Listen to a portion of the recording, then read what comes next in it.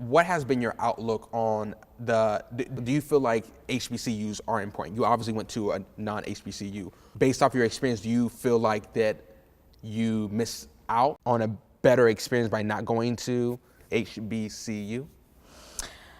I think that I had a good education. I think the difference between going to a HBCU and a non-HBCU is that there are things that HBCUs are going to be more sensitive about than others.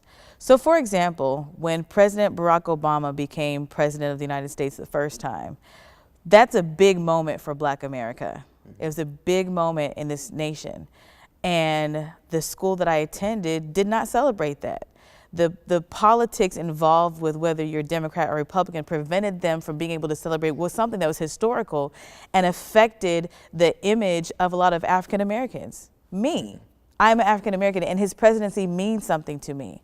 So to have that not be something that is even spoken of from a historical perspective, yeah, that's a sour pill to swallow. You know, you're going on like business as usual. A lot of white people sit back and say like, hey, I've never been racist. I've never said the N-word.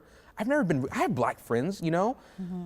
Why am either I feel like I'm being accused of being racist. You know, I hear my Black friends complain about this, complain about that, and I don't see it, you know?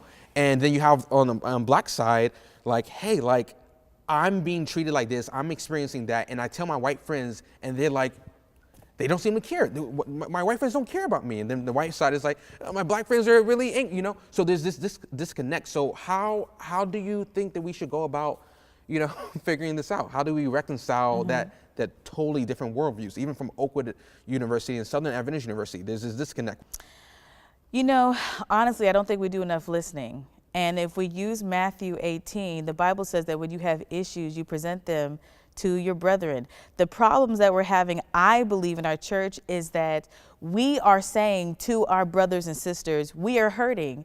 And they're like, you need to work harder. You need to pull yourself up by the bootstrap. Like they are saying, we've done, you know, our bit. You need to just do your stuff, not recognizing that there's a history of things that have prevented us from being able to succeed and to flourish the way that we were meant to be as people made in the image of God. And what also frustrates the issue is when they turn a blind eye, when their heads are in the sand. So like I just mentioned to you about, you know, I went to class the day after Philando Castile got killed. And if I hadn't have spoken up, my teacher would have went on with the lecture. But I spoke up and I talked about the hurt and the pain that I was experiencing as a Black person in this country, knowing that I'm married to a Black man and I have Black children, and that could happen to any of us. Yeah. And I vocalized, I told them straight up, statistically speaking, I should not trust white people. If you look at what's happening in this country, I shouldn't. And yet I still do, because at the end of the day, I'm a Christian. I'm a Christian, and my Christianity trumps what's happening, you know, all around us. But that doesn't mean that I'm not still sensitive to what's happening. And so when I spoke up, one of my classmates said, thank you for saying that. I didn't even realize. And the thing is, some people don't, because they don't show up to the conversation. Even some of my classmates during the month of February, I had one classmate, I took a class at the seminary, and somehow we got on the topic of race relations. And he said, yeah, during the month of February, I don't even go to PMC because it's just gonna be full of Black stuff. Now, that's one person, and I could generalize them all, but that was his sentiment. I don't think it's not relevant to me, so I'm not gonna go there. I'm gonna go somewhere else to find something that connects with me. No, the issue is there are problems happening in our church. You need to listen because we're hurting, because otherwise nothing that we're talking about makes sense to you if you don't listen.